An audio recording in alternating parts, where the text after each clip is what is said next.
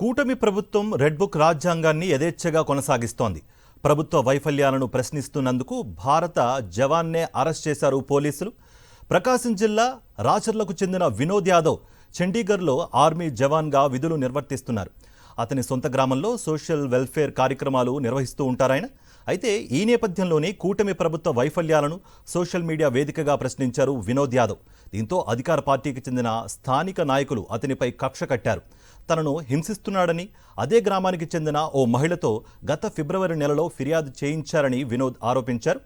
4 నెలల క్రితం సెలవులపై ఇంటికి వచ్చిన తనపై రాచర్ల ఎస్ఐ అమానుషంగా ప్రవర్తించాడని ఆర్మీ జవాన్ వినోద్ యాదవ్ ఆవేదన వ్యక్తం చేశారు.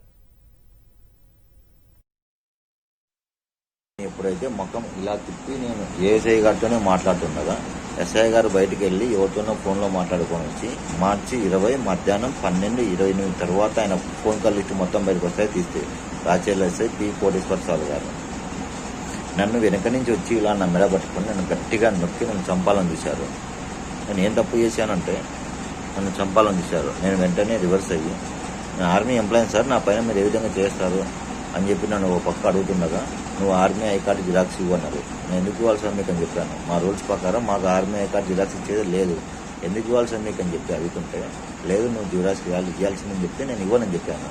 అని చెప్తే నా ఎస్ఐ గారు ఏఎస్ఐ గారు వాళ్ళ స్టాఫ్ మొత్తం కలిసి నన్ను బలవంతంగా పట్టుకొని నా చొక్కా చింపి నా మెల్లో ఉన్న చైన్ను 2 ముక్కలు చేసి నా దగ్గర ఉన్న సెల్ ఫోన్ లాక్కొని నన్ను బలవంతంగా నా చేతులు నా కాళ్ళు అన్ని పట్టుకొని తీసుకెళ్ళి నన్ను పోలీస్ స్టేషన్ లాకప్లో వేయడం జరిగింది.